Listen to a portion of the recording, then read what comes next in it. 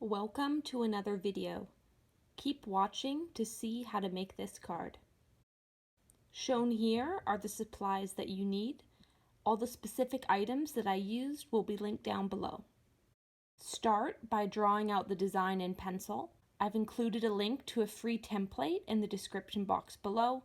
I used a ruler to get the spacing that I wanted for the lettering, and then I randomly drew in circles for the confetti effect. Start by taking your blue colored pen or whatever color you're choosing to use and go over the lettering. I went over everything twice, as I usually do, to give the color a really saturated look. After you've completed the lettering, start by using your metallic pens to randomly draw in circles above and below the letters. I drew in the circles kind of on a diagonal, working towards the two opposite corners of the card. I started with my silver pen, and then I went in with gold and did the same thing. And once you have all of your circles or confetti finished, the final step is just to do some touch-ups.